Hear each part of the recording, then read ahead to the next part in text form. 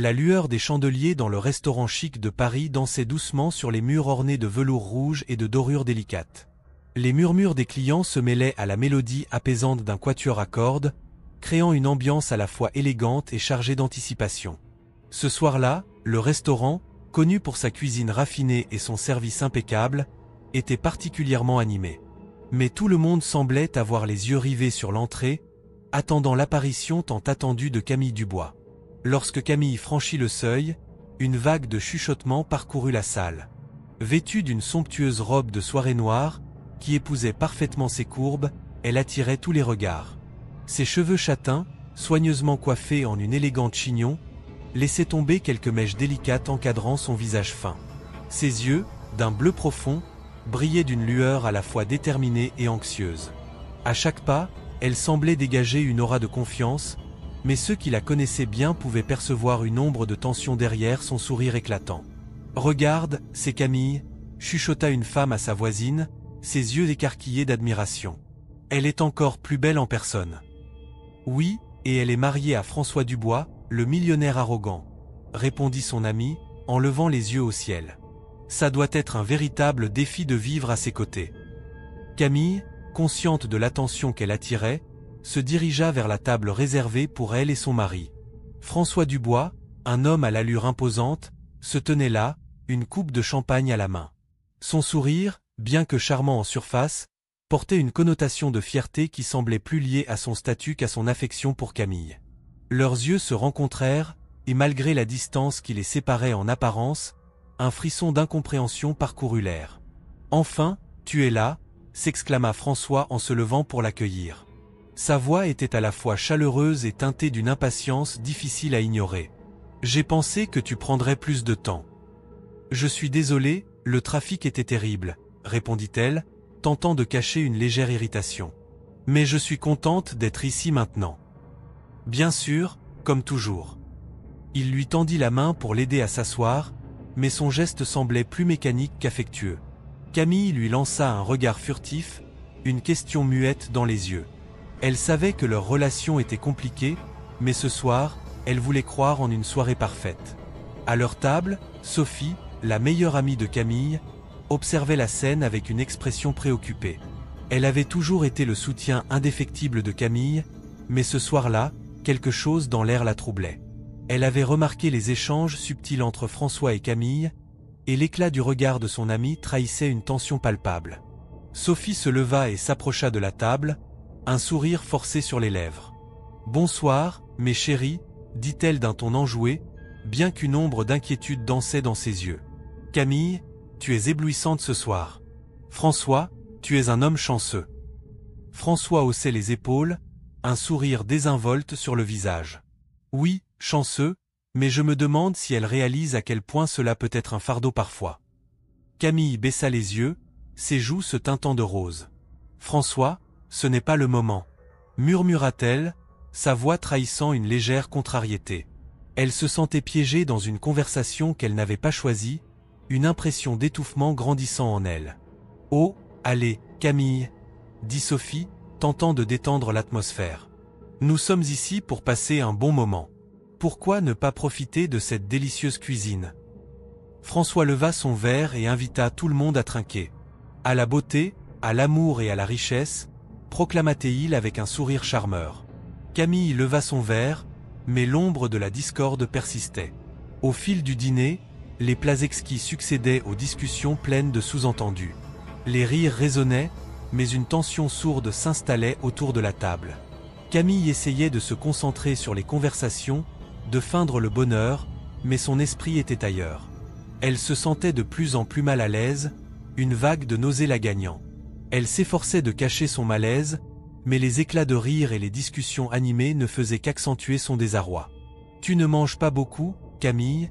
observa Sophie, la voix empreinte de préoccupation. « Tout va bien. »« Oui, juste un peu fatiguée, » répondit Camille avec un sourire qui ne parvenait pas à masquer son malaise. En réalité, elle se sentait prise dans une spirale d'angoisse.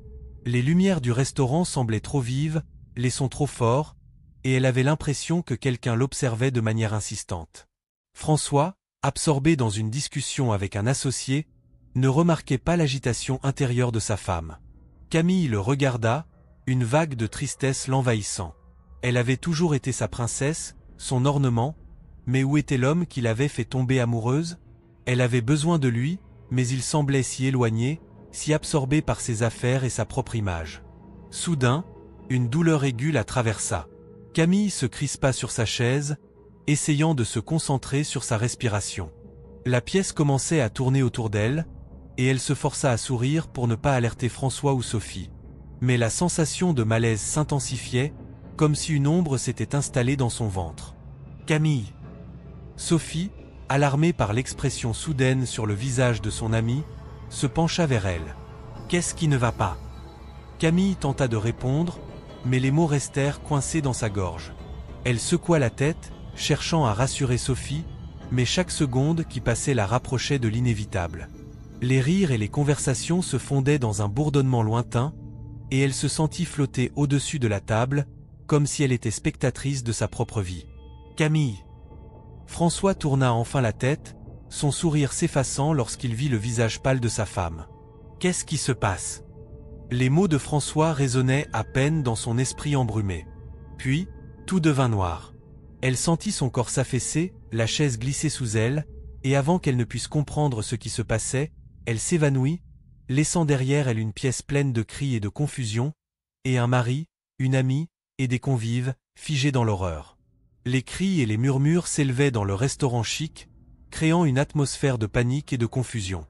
Les clients, d'abord plongés dans des conversations raffinées, s'étaient maintenant rassemblés autour de la table de Camille, observant l'inquiétante scène qui se déroulait sous leurs yeux. François Dubois, le millionnaire arrogant, était en train de composer le numéro d'urgence, son visage devenu livide. Ses mains tremblaient légèrement alors qu'il tenait son téléphone, et sa voix, habituellement autoritaire, trahissait une note d'angoisse. « Mon Dieu, Camille, réveille-toi » s'écria-t-il, le regard désespéré, tandis qu'il se penchait sur sa femme. C'est très marqué par l'inquiétude, il semblait avoir oublié le reste du monde, ne voyant que la silhouette inanimée de Camille étendue sur le sol. Sophie, la meilleure amie de Camille, s'était agenouillée à côté d'elle, son cœur battant à tout rompre. Elle caressait doucement la joue de Camille, tentant de la ramener à elle. « Camille, écoute-moi, tu dois te réveiller. » Sa voix, douce mais ferme, trahissait la peur qui l'habitait. Les larmes menaçaient de couler sur ses joues, mais elle se concentrait sur la tâche à accomplir. Elle savait que Camille devait se réveiller. « Ça ne devrait pas être long, l'ambulance arrive », murmura François, à la fois pour se rassurer et pour rassurer Sophie. Néanmoins, ses yeux trahissaient une panique croissante. Il balaya la salle du regard, comme s'il s'attendait à ce que quelque chose d'incroyable se produise. Les murmures des autres clients montaient en crescendo, chacun essayant de comprendre ce qui se passait vraiment. « Qu'est-il arrivé ?» demanda une femme, avec une voix tremblante, à un homme assis à proximité. Il haussait les épaules, visiblement aussi perdu que le reste des convives. Sophie tourna la tête vers François, son regard plein de questions. « Est-ce que tu sais ce qui a pu causer cela ?» demanda-t-elle, l'angoisse palpable dans sa voix. François, la mâchoire serrée, détourna le regard, comme s'il cherchait une réponse dans la décoration opulente du restaurant. « Je ne sais pas, Sophie. Elle avait l'air bien au début. » Sa voix se brisa légèrement. La tension entre eux était palpable, mais Sophie était trop préoccupée par Camille pour s'en rendre compte. Elle se concentrait sur son amie, lui murmurant des mots d'encouragement. « Reste avec moi, Camille. Je suis là. Tout ira bien, » répétait-elle, avec une intensité qui reflétait son désespoir. Les minutes semblaient des heures, et l'angoisse croissante de François ne faisait qu'accentuer le malaise ambiant. Finalement, les sirènes de l'ambulance retentirent à l'extérieur, mettant un terme à la tension insoutenable. Les portes s'ouvrirent brusquement, et des ambulanciers entrèrent en trombe, portant un brancard. Ils se dirigèrent rapidement vers la table où Camille était allongée, poussant les clients à s'écarter. « Qu'est-ce qui s'est passé ?» demanda l'un des ambulanciers, en se penchant sur Camille. François, qui avait retrouvé un peu de contenance, expliqua brièvement la situation pendant que Sophie, le regard inquiet, s'écartait pour laisser place aux professionnels. Elle savait que son amie était entre de bonnes mains, mais son cœur était lourd de questions. Après quelques minutes d'examen, les ambulanciers décidèrent qu'il était nécessaire de transporter Camille à l'hôpital. Ils la soulevèrent délicatement sur le brancard et l'emmenèrent, laissant derrière eux une salle en émoi. « François, je vais venir avec toi », déclara Sophie, se tournant vers lui avec détermination. Il hocha la tête, reconnaissant de ne pas être seul dans cette épreuve. Ensemble, ils quittèrent le restaurant, laissant les clients murmurer des spéculations sur la santé de Camille et sur sa relation tumultueuse avec son mari. Le trajet en ambulance fut rapide, mais chaque seconde semblait interminable. François s'accrochait à son téléphone, prêt à appeler quiconque pourrait avoir des nouvelles. Sophie, assise à côté de lui, tentait de garder son calme, mais son esprit était envahi par des pensées sombres. Pourquoi Camille s'était-elle évanouie? Y avait-il quelque chose de plus grave derrière cet incident? À l'hôpital, l'atmosphère était chargée d'angoisse. François et Sophie attendaient dans la salle d'attente, chaque minute qui passait leur semblait une éternité. Les médecins avaient pris Camille pour des examens, et ils n'avaient reçu aucune nouvelle. « Pourquoi cela prend-il autant de temps ?» demanda François, la voix tremblante, son visage marqué par l'inquiétude. Sophie lui posa une main réconfortante sur l'épaule. « Ils font ce qu'ils peuvent. Il faut avoir confiance, » répondit-elle, même si elle-même commençait à douter. Soudain, un homme en blouse blanche apparut à l'entrée de la salle d'attente. « Monsieur et Madame Dubois ?» demanda-t-il, attirant immédiatement leur attention. François se redressa, tandis que Sophie retint son souffle. « Oui, c'est nous. Qu'est-ce qui se passe avec Camille ?» demanda François, impatience et crainte mêlées dans sa voix. « Elle est stable maintenant, mais nous devons encore effectuer quelques tests pour comprendre ce qui a causé l'évanouissement, » répondit le médecin, tentant de rassurer les deux amis. « Nous vous informerons dès que nous aurons des résultats. » François acquiesça, mais Sophie ne pouvait s'empêcher de ressentir une vague d'inquiétude. Elle savait que derrière ce que le médecin disait se cachait peut-être une vérité plus sombre. Tout en attendant, elle scrutait son téléphone, espérant ne pas recevoir de messages troublants. Dans le restaurant, les rumeurs commençaient à circuler parmi les clients restés. Les murmures sur la santé de Camille se mêlaient à des histoires sur son mariage avec François. « Avez-vous entendu ? On dit que leur relation est loin d'être parfaite », chuchota une femme à sa voisine. « Oui, et il paraît qu'elle a récemment eu des problèmes de santé », répondit l'autre, fasciné par le drame. Les discussions allaient bon train, chacun essayant de tirer des conclusions hâtives sur ce qui s'était passé. Les regards soupçonneux se tournaient vers François, qui, absent de l'établissement, était maintenant le principal suspect dans l'esprit des clients. « Cela ne m'étonnerait pas qu'il ait joué un rôle dans tout ça », murmura un homme à la table voisine. Les murmures se transformaient peu à peu en accusations, et l'air du restaurant devenait de plus en plus chargé de soupçons. Sophie, au cœur de l'action, savait qu'il était essentiel de découvrir la vérité sur ce qui s'était passé ce soir-là. Elle était déterminée à comprendre les circonstances entourant l'évanouissement de Camille, mais elle sentait aussi que les tensions entre François et elle allaient inévitablement s'intensifier. Alors que les lumières du restaurant brillaient encore, les secrets enfouis commençaient à remonter à la surface, promettant de bouleverser les vies de ceux qui s'étaient réunis pour un dîner, désormais devenu un drame inattendu. Camille ouvrit lentement les yeux, la lumière blanche des néons l'aveuglait. Elle cligna des paupières, essayant de se rappeler où elle se trouvait. L'odeur antiseptique des couloirs d'hôpital envahissait ses narines, tandis qu'elle réalisait peu à peu qu'elle était allongée sur un lit d'hôpital, entourée de François et de Sophie. « Camille !» s'exclama François, visiblement soulagé. Il s'approcha d'elle, une main tremblante sur le bras de sa femme. « Tu es réveillée. »« Que s'est-il passé ?» demanda Camille, sa voix faible et rauque. Elle se redressa légèrement, mais une vague de vertige la fit retomber sur l'oreiller. « Tu t'es évanouie pendant le dîner. Nous avons eu tellement peur.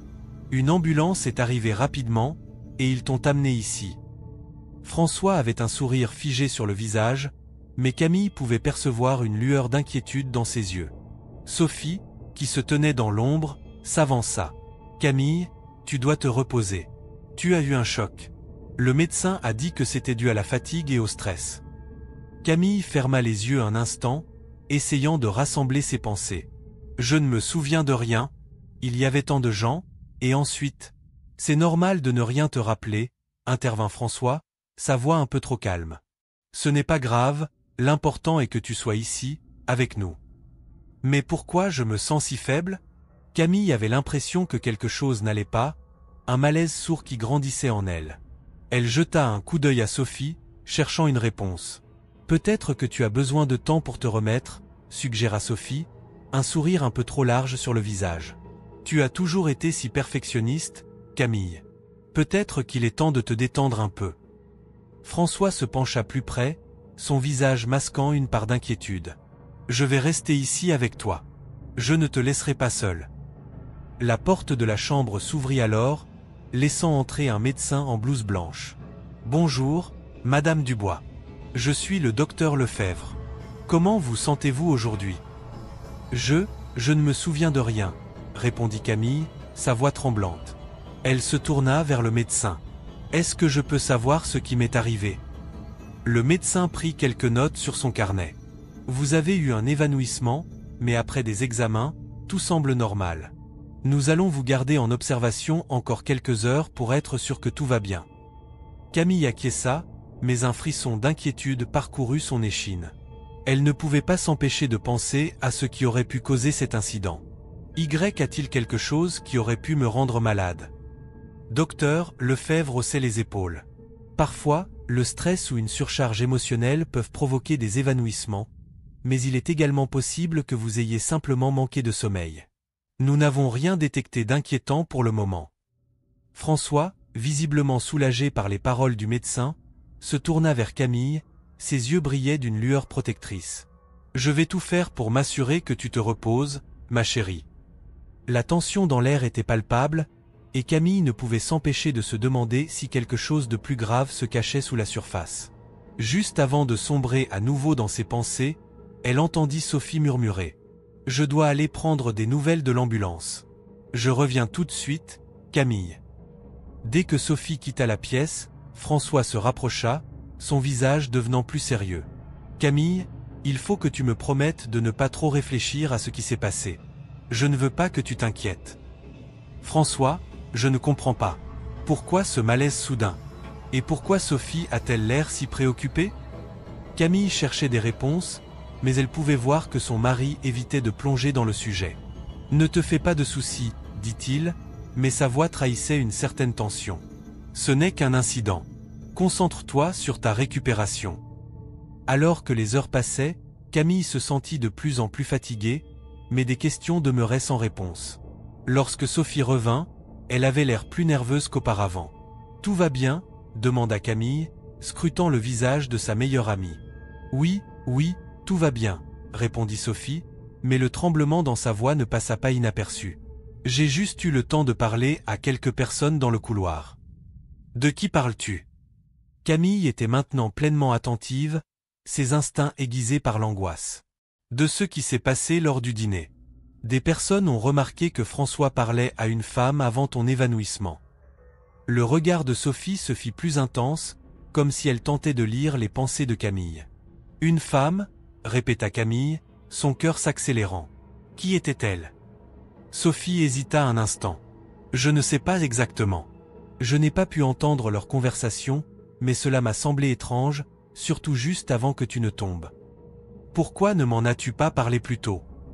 La colère commençait à monter en elle, mélange de frustration et d'inquiétude. « Je ne voulais pas te stresser davantage, » répondit Sophie, la voix tremblante. « Mais maintenant que tu es ici, je pense qu'il est important que tu le saches. » François, qui avait écouté la conversation, se redressa, visiblement mécontent. « Cela n'a pas d'importance, » dit-il d'un ton sec. « Camille, concentre-toi sur ta santé.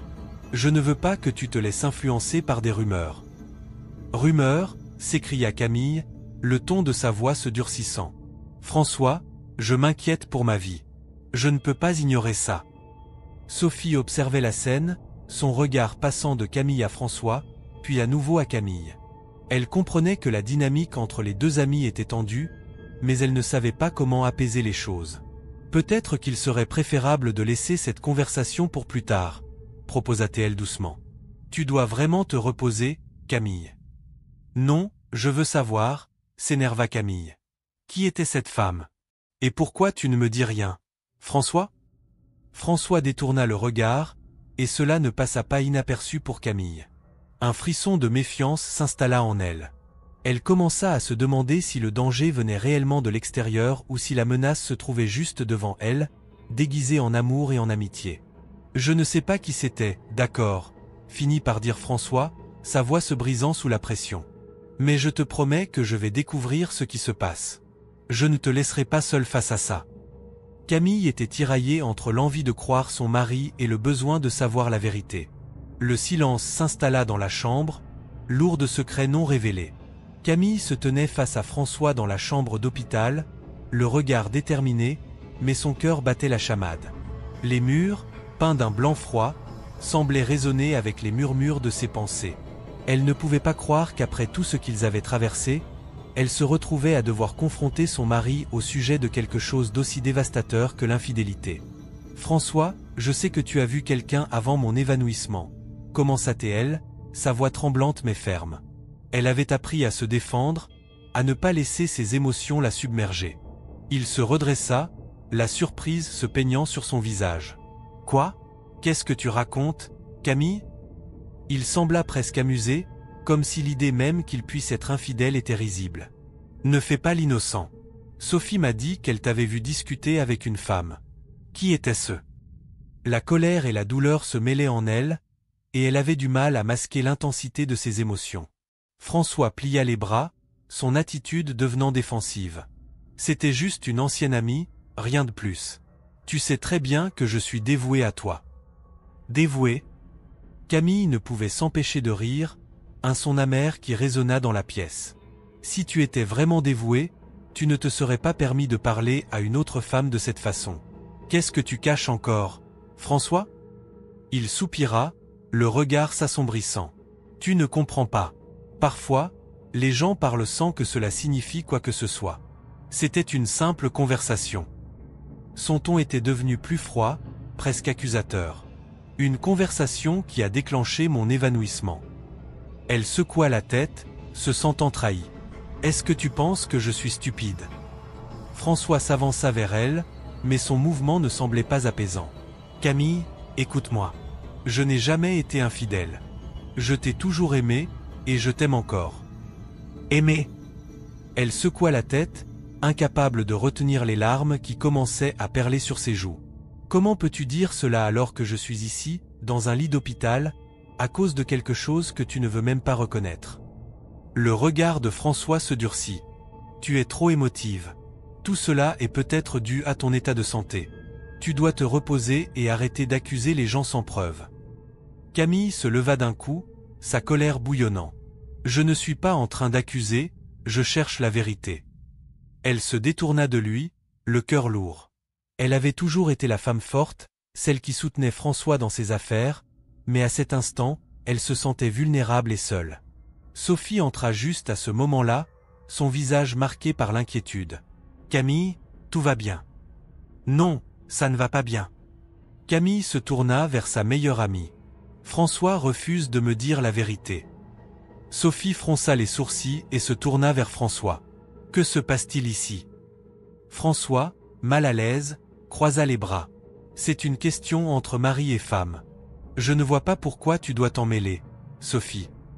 Parce que je suis son ami, et je ne vais pas la laisser se faire traiter comme ça. » Le ton de Sophie était ferme, presque protecteur. « Camille a le droit de savoir. » François leva les mains en signe d'innocence. « Je n'ai rien à cacher. » « Vraiment ?» Sophie ne lâcha pas prise. « Alors qui était cette femme ?» François déglutit, son regard fuyant. C'était juste une vieille connaissance. Rien de plus. Camille observa son mari, réalisant qu'il n'avait pas l'intention de lui dire la vérité. Elle se tourna vers Sophie, cherchant du soutien dans ses yeux. « Je dois savoir, Sophie. Je ne peux pas continuer sans connaître la vérité. Je vais t'aider, Camille. Je vais enquêter sur cette femme. » Sophie se leva, déterminée. « Je suis sûre qu'il y a plus à cette histoire. » Camille acquiesça, soulagée à l'idée d'avoir une alliée. « Merci, Sophie. Je ne sais pas ce que je ferais sans toi. » François, de son côté, semblait de plus en plus agité. « Vous ne comprenez pas. Cela ne mène nulle part. Vous vous faites du mal pour rien. »« Peut-être que c'est toi qui nous fais du mal, » rétorqua Sophie, son regard perçant. Si tu as des secrets, il est temps de les révéler, François. François se leva, visiblement irrité. Je ne vais pas rester ici à être interrogé comme un criminel. Peut-être que c'est exactement ce que tu es, murmura Camille, sa voix à peine audible. Elle se sentait trahie, non seulement par son mari, mais aussi par tout ce qu'elle avait cru savoir sur leur vie ensemble. Alors que François quittait la chambre, Camille se laissa tomber sur le lit, le cœur lourd. Les doutes s'installèrent en elle comme une ombre persistante. Elle avait besoin de réponses, mais celle-ci semblait de plus en plus inaccessible. Sophie s'approcha d'elle, prenant sa main avec douceur. « Ne t'inquiète pas, Camille. Je vais découvrir la vérité. Je te le promets. » Le regard de Camille se fit déterminé. « Je ne peux pas rester là à attendre. Je dois comprendre ce qui se passe. »« Qu'est-ce que tu veux dire ?» demanda Sophie, l'inquiétude se lisant sur son visage. « Je vais mener ma propre enquête, » déclara Camille, sa voix pleine de résolution. « Je ne peux plus faire confiance à François. Je vais découvrir qui était cette femme et pourquoi il était si nerveux. » Sophie ouvrit la bouche pour protester, mais Camille la coupa. « Non, Sophie. J'ai besoin de le faire. Je dois savoir. » « Mais cela pourrait être dangereux, Camille. Tu ne sais pas à quoi tu es en train de t'attaquer. Je suis prête à prendre le risque. Je ne peux pas rester dans l'ignorance. » Sophie soupira, son inquiétude palpable. « D'accord, mais je ne vais pas te laisser faire ça seule. Je vais t'aider. » Camille hocha la tête, reconnaissante. « Merci. Je sais que ce n'est pas facile, mais je ne peux pas rester ici à me poser des questions. » Les deux femmes échangèrent un regard complice, unissant leurs forces dans cette quête de vérité. Camille savait qu'elle devait se méfier de tout ce qu'elle croyait, y compris de ceux qui lui étaient les plus proches. La nuit tombait à l'extérieur, et avec elle, une nouvelle détermination s'éveillait en Camille. Elle allait découvrir la vérité, peu importe le prix à payer. Camille se tenait dans son appartement luxueux, son esprit tourbillonnant de pensées contradictoires. Le message anonyme qu'elle avait reçu quelques heures plus tôt résonnait toujours dans sa tête. Quitte François ou subit les conséquences. Ses mains tremblaient légèrement alors qu'elle tenait son téléphone, se demandant qui pouvait être derrière une telle menace. Elle n'était pas du genre à céder à la peur, mais la situation la dépassait. « Sophie, je ne sais pas quoi faire », confia-t-elle à sa meilleure amie, assise sur le canapé en cuir, les yeux rivés sur le plafond, comme si la réponse se trouvait dans les motifs complexes du plafond. « Ça me rend malade de penser que quelqu'un veut me faire du mal simplement à cause de ma relation avec François. » Sophie, les bras croisés, se retourna lentement pour faire face à Camille. « Tu sais que je suis toujours là pour toi, n'est-ce pas? Mais je pense que tu devrais vraiment envisager de prendre cette menace au sérieux. »« Qu'est-ce que tu veux dire par là ?» demanda Camille, une pointe d'angoisse dans sa voix. « Tu penses que je devrais le quitter ? » ?»« Je ne sais pas. Je veux dire, regarde ce qui s'est passé au restaurant. Tu t'es évanoui. Et tout cela après que François ait eu cette conversation secrète avec cette femme. Je ne peux pas m'empêcher de penser qu'il y a quelque chose de louche là-dessous. » Camille se leva brusquement, le cœur battant. « François même, Sophie. Je le sais. Je ne peux pas juste le quitter sur un coup de tête. »« Mais qu'en est-il de ta sécurité ?» répondit Sophie, son ton devenant plus urgent. « Tu dois penser à toi d'abord. » Juste à ce moment, une ombre passa furtivement derrière elle, mais Camille, trop préoccupée par la discussion, ne la remarqua pas. Sophie, en revanche, se leva d'un bond, ses yeux s'écarquillant. « Tu as entendu ça ? » ?»« Quoi ?» Camille se retourna, perplexe. « J'ai cru voir quelque chose, ou quelqu'un, à la porte, » murmura Sophie, le regard fixé sur l'entrée. Camille, toujours sceptique, haussait les épaules. « Tu es trop nerveuse, Sophie. C'est juste l'ombre des arbres à l'extérieur. »« Non, j'en suis sûre.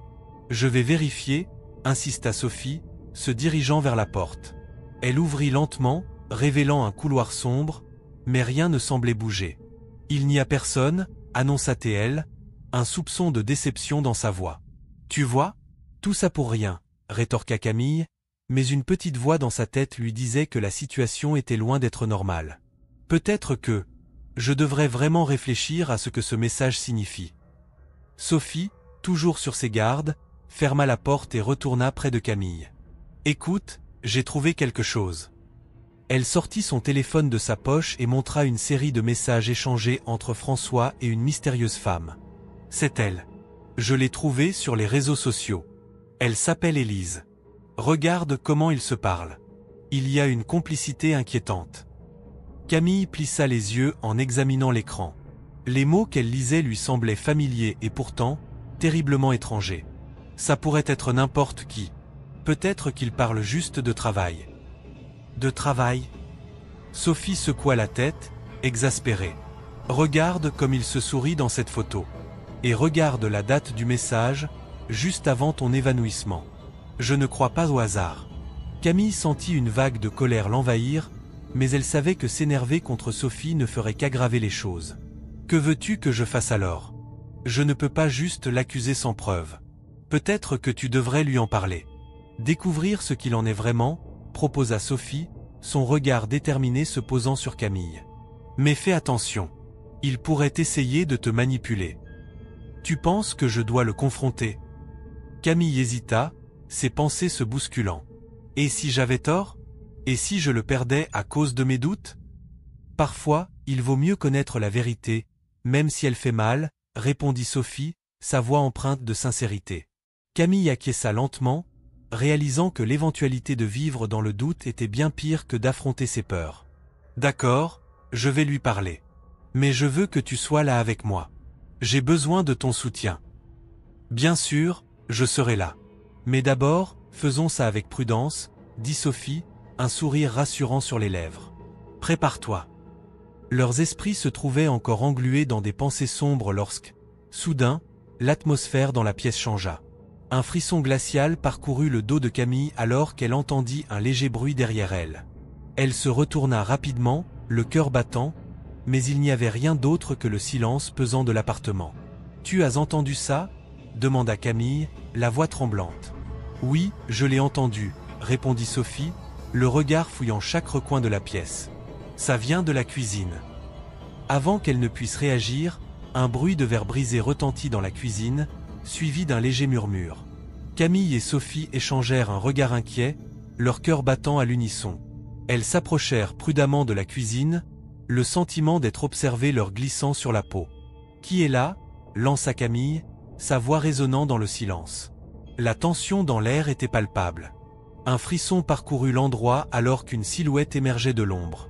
C'était un homme au visage partiellement masqué, sa présence menaçante contrastant avec la douceur du décor de l'appartement. Camille sentit son cœur s'arrêter un instant. « Qu'est-ce que vous voulez ?» demanda-t-elle, la peur se mêlant à la détermination. L'homme s'avança lentement, révélant une expression énigmatique. « Je suis ici pour vous parler de François, » dit-il d'une voix basse, presque chuchotée. Sophie s'interposa instinctivement devant Camille, protectrice. « Reculez. Qui êtes-vous ? » « Je vous en prie, ne paniquez pas, » répondit l'inconnu, levant les mains en signe de paix. « Je ne suis pas ici pour vous faire du mal.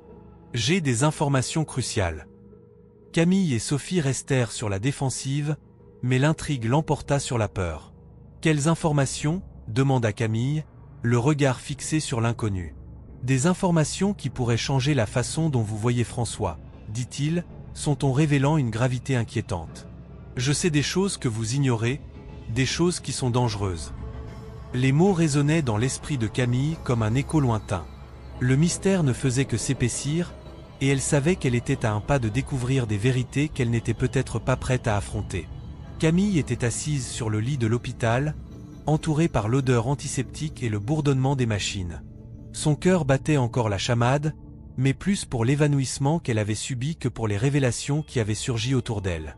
François, son mari, se tenait à ses côtés, une expression d'inquiétude figée sur son visage. Sophie était là également, son regard oscillant entre la compassion et l'angoisse. Tout à coup, la porte s'ouvrit lentement, laissant entrer une silhouette familière. C'était Marc, un ancien associé de François, connu pour son franc-parler et sa réputation de ne pas tourner autour du pot. « Camille, je suis désolé de te voir ici dans un tel état, » dit-il avec une voix grave. François se redressa, visiblement agacé par la présence de Marc. « Que fais-tu ici, Marc ? » « Je ne pense pas que ce soit le moment, » rétorqua François, les mâchoires serrées. Marc ignora son commentaire et s'approcha de Camille. « J'ai des informations cruciales concernant ta situation, Camille. Je sais que tu es confuse et que tu as déjà assez de soucis, mais il est impératif que tu écoutes ce que j'ai à dire. Sophie échangea un regard inquiet avec François, qui semblait de plus en plus nerveux. Camille, perplexe, acquiesça d'un mouvement de tête. « Qu'est-ce que tu sais ?» demanda-t-elle, la curiosité prenant le pas sur son malaise. Marc prit une profonde inspiration. « Je vais être franc. François a été impliqué dans des activités illégales. Je ne peux pas entrer dans les détails ici, mais il a fait des affaires avec des gens dangereux, et tu es devenu une cible à cause de ça. » Le visage de Camille blêmit alors qu'elle assimilait ses paroles. « Quoi ? Comment peux-tu dire ça ? François, dis-moi que ce n'est pas vrai. » Elle se tourna vers son mari, cherchant désespérément une explication. François, visiblement pris au dépourvu, balbutia. « Écoute, Camille, ce n'est pas ce que tu crois. Marc exagère, il essaie de te manipuler. » « Manipuler ?» intervint Marc, son ton devenant plus intense. « Je te dis la vérité, Camille. François a été impliqué dans des choses que tu ne peux même pas imaginer. Et maintenant, ces gens-là s'intéressent à toi. Il ne t'a pas protégé comme il aurait dû. » Sophie, qui avait écouté silencieusement, se leva. « François, tu dois dire la vérité.